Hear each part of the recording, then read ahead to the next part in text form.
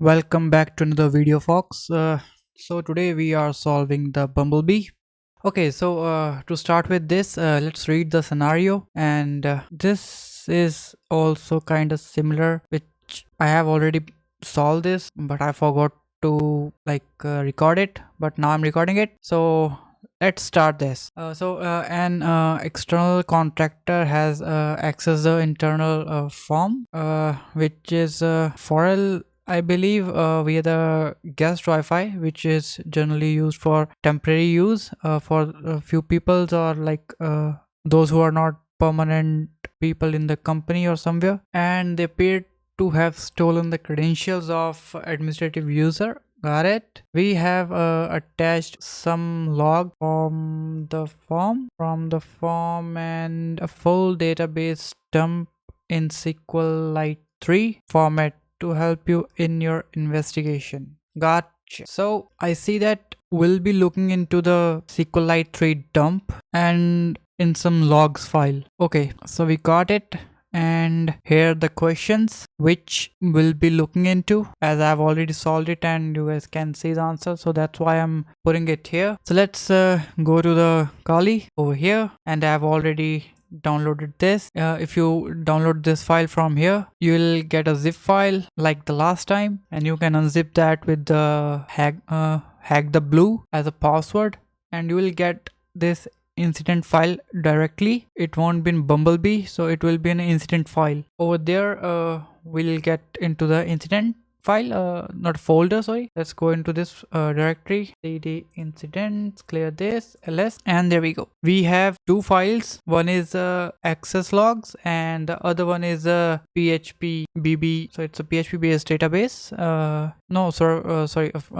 website which we are dumping the data from, and is running for their organization, and the database is SQLite. So here's the two things we can do with the SQLite over here. The first one is we can try and access using like the CLI, but right now we are using the Kali itself, and Kali has the SQLite database GUI. We can try and leverage that, and for the access.log we will be looking for the terminal there. We'll leverage the terminal for that. Let's go to the directory and enter. We'll open the SQLite database and close this. Back to the terminal, clear this, and if we cat the access log, there we go. So we have a web requests over here from which we'll be looking for the answers, but first we have to find what was the username of external contractor. I believe over here it will be hard to find, so let's clear the terminal and we'll look into the database. Over here, this is a list of tables. As you guys can see, this many tables are there. There's a log, there's a group. Let's see if there is an user database table. There we go. We have a user table over here. If we check, okay, so this is a different types of columns, I believe. Okay, so we can look into this database directly from here, the browse data. It will give you a proper output like in SQL, not SQL but Excel sheet. So over here what we are looking for is, the first we are looking for the username of the external contractor. So if he is a user and he's an external contractor, he might have an account, he or she. Let's see, and there we go, in users. So if we can see, there's anonymous, there's admin, there's a ad bot, okay, there's a spider, crawler, gigabot, this is a bot, and in the end we can see there are total 5 different users. So I don't think test is going to do a job, but there is this and this one. Let's see the email they have, and there we go. We got our first answer. Let's see one more thing, because it's from the same user IP, and see user email hash, user birthday, user last visit. Okay, as per the visit, this is going to be the username, because as you guys can see, for this user the contractor never visited, but for this user we have a timestamp over here, so this is going to be the username of the external contractor. Let's paste it here. Okay, so the second task is, what IP address did the contractor use to create their account? So IP address is going to, sorry, it's going to be this one, 10.10.0.78. Let's paste it. And what is the post ID of the malicious post that Contractor made? Okay, this post ID seems to be some sort of like column request, or the maybe column of some table, and we are looking for the request the Contractor has made. So this is a data dump of a PHP. This data dump must be holding this post ID too. Let's check it. If we can find it here, that will also do the job. This is a user ID, user type, group ID, permissions, user ID, no, last visit, no, attempt, warning, reason, time, post, user post. No, we are looking for the post ID, not this one, not this one, avatar, height, new password. Okay, so this one doesn't contain anything like regarding the post ID. Let's check below. This one seems to be empty. Let's go to the first table. This is useless. They just telling us the auth option ID. Let's check the next one. This is also collecting the garbage values. This is a role ID, role name, role description. We don't need this. Quickly surf through all the tables and see what sort of, there is a poster ID, but we need a post ID. So if post ID is there, like similarly post ID should be in one of these tables. There's a post message ID, it should be one of these table, in one of these table, and this is a ban list. Nobody is banned over here. User ID empty. Same. The bot names. The bot this website is leveraging. Config. Nope. The session, confirm, user ID, draft ID, topic ID, form ID, no, group ID, no, extension, group ID. All these seems to be containing some random values. This is the left ID, right ID, form ID. Let's see if this one contain any extra column. There isn't any related to the post ID. This is a user ID. This is a group, icon, language, medications. I don't think this one is also going to contain, no, form ID, group ID, no, the notification ID, item ID. There is a user ID. I'm pretty sure it should be in one of these tables, and there we go. So in PHP underscore posts, we got the post ID, as we are looking for the post ID and of the malicious post that the Contractor made. Okay, so, and yeah, this is the Contractor IP, as we have already checked that on the user table. So here we got the post ID. Let's copy this and paste it here. And what is the full URI that credential stealer send its data to?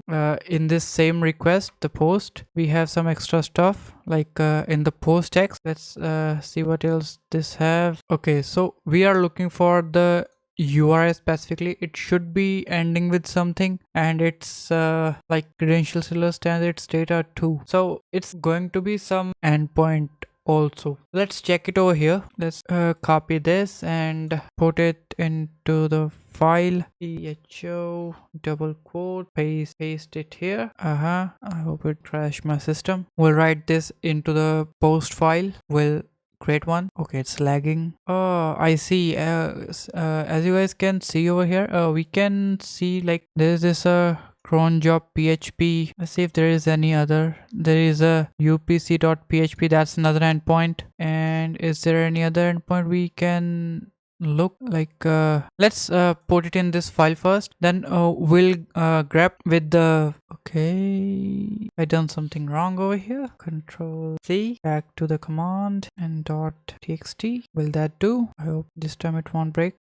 Still doing something that I don't want to do. Let's try append if we can. I just want to write this data into this file. Okay, not here, not here, not here. Yeah, damn, I messed up again. 1 2 3. Let's go here. We'll try to append whole content into the post.txt file, or I'll rename it, I guess. Just, yeah, there we go. One more error brace, yes, and enter. It's still trying to install pleaser. I don't know why. Let's cancel this and clear. We'll create a new file. Let's see files we have over here. Cat post. No, I don't want to install cat post.txt. No.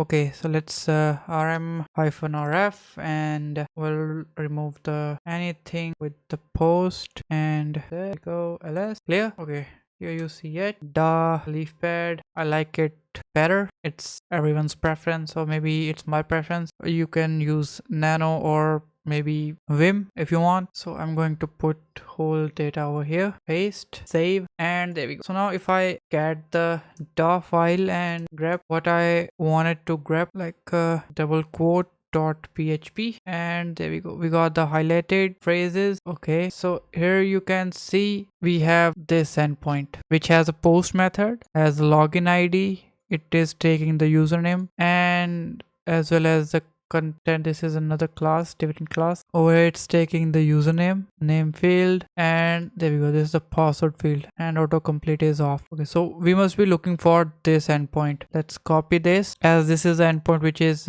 sending data there.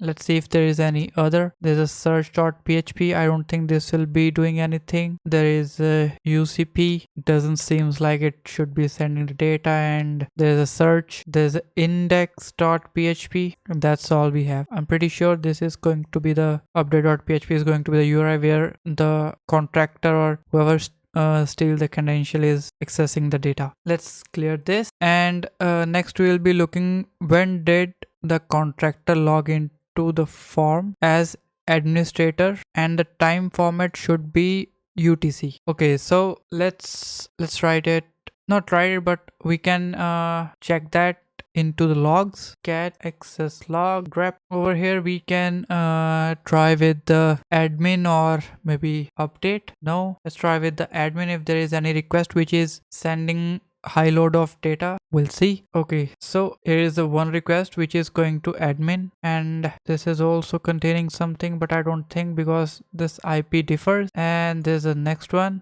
this IP is also differ, and this is IP from which we are getting hits. So if we check for this IP, we'll see, yeah, this is a 200 and it's sending quite a lot of data over here, and it should be sending it to that endpoint. Let's see where it's sending the data. We're not able to read the whole file over here, so it has to be this. So we can say at this point of time we got like a login from the administrator with the contractor name and account. Let's put it here. We still have to convert it into like UTC. To convert it into the UTC, we just have to go back 1 hour, because it's 1 plus and UTC is 0000. Let's do this, and we put it 10 over here. And on the 26th, we have to match the Hack the Box format. So we are going to put over here 04. April is the 4th month. And now the next is in the form, there's a plain text credential for the LDAP connection. What is the password? Okay, so to check that, we will be looking into the database again, as we are looking for the LDAP connection. So generally we put it either into the password, config, or the users. So let's try first in the users. Over here, let's see if there's any LDAP over here, and I don't think there is any LDAP here. Next is the password. There's no password related file, oh sorry, the table. And let's check if there's any config. There it is, there's a config table. The active sessions, what does it have? Let's find LDAP. Yeah, there is LDAP, and total 64 matchings. And there we go, we found the LDAP password. It's in the php bb underscore config. Let's copy this and paste it here properly. And now we have to check what is the user agent of the administrator user. So I believe it's going to be the same. Let's check over here. And what is the user used by this administrator user? It should be used by the admin. Okay, let's see the admin one in the users. Users. We'll be looking into the admin, correct, administrator user. So the IP of administrator is this 10.25.254.2, and if we check into the log, this is the IP which match the administrator, and with that, this is going to be the user agent which is used by the administrator. Let's copy this and paste it here. And what time did the contractor added themselves to the administrator group? Okay, so now we are talking about the group here. First, we can generally pick the keywords that we want to look into generally. So we can, let's remove this first. So we can directly filter out the data as soon as possible. So let's try with the keyword, and this time we'll try to grab, there's a contractor ad, I guess there's none. So if we try the group, and there we go, we got some group requests. And if we check over here, there's a get, this one is also get request, and this is a post request which is sent from this IP. And if we check it over here, we are looking for what time did the contractor add themselves to the administrator group. So to add ourselves, we use the post request, because get request is to fetch the content from the request. Although we use post sometime, but over here we are trying to write. So this is going to be the correct, I believe, request. Let's copy this and paste it here. This is also in like in other region, like over here, if you guys can see 0.1.00. So we'll be changing it to the UTC. Let's change it to from 11 to 10, and to match the Hack the Box format, we'll change it to 04. And what time did the contractor downloaded the database backup? We'll do the same trick over here. We'll write it, we'll try to grab the backup, and there we go. So let's see which request seems weird, and it's a backup file, so the data load is going to be pretty much higher as compared to other files, because we are trying to fetch the data. Okay, so this number should be bigger, and I believe this URI or URL should be containing the whole URL for that. Or we can try something else other than this, but let's see first. This is a backup mode. This is a different one too. Firefox from this is the backup request, and here 26 get admin ACP database mode backup 3770 request finish get Tor backup. I guess this is a request, and as you guys can see over here, this has quite a bigger number. It's in 5 digits, and if you can see that this is in the 4 digit, this is also in the 3 digits, and this is 4, this one is 4, this, and here this is also 4 digit, this is 4 digit, this is 4 digit. So wherever the data transfer rate is high, like downloading the dump or something, we generally see the data packets or the data size in the bigger volume. So okay, where did it go? So we have identified that this is going to be the file which is at what time. Okay, this is going to be the time when the person dumped the file, the hacker dumped the file. Let's copy this, paste it here, match the format. We'll go 1 hour back, and from here we go for 04, match the format. And what was the size in bytes? Yeah, this is the size of the database backup as started by access log. So we copy this, paste it here, and with this our box is finished. But let's match all the answers before we finish this. Let's split the screen, not with this, sorry, wrong screen, with this. Let's close this, and shut down this, and back here. So let's match the answers. The first one, let's go above. The first one is correct. We got the IP address from the table which was containing the user. We've matched the IP and the post ID from which table? I guess it was the post table. From there we got the post ID with the number of posts, I guess, the contractor made. So this is the 9th post request. That's what I can guess so far. And what is the full URI that the credential stealer sent its data to? And yes, this one is also correct, because the user is trying to update the data into the server. So it has to be the update one. This is another correct answer. Collapse this. And the next one is, when did contractor logged into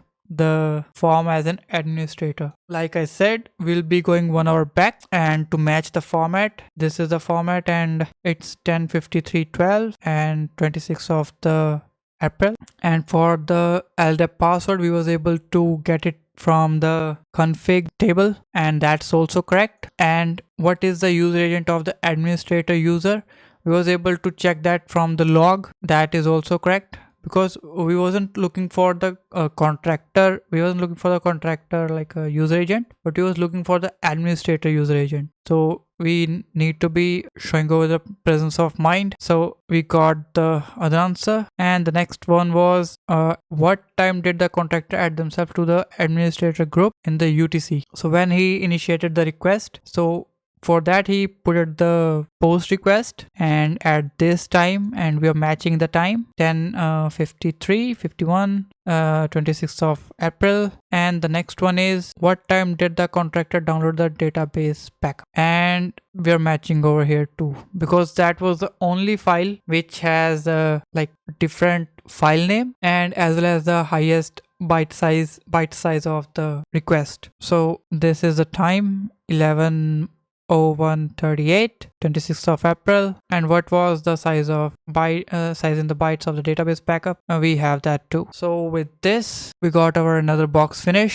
Thanks for watching, guys. I'll see you in next video.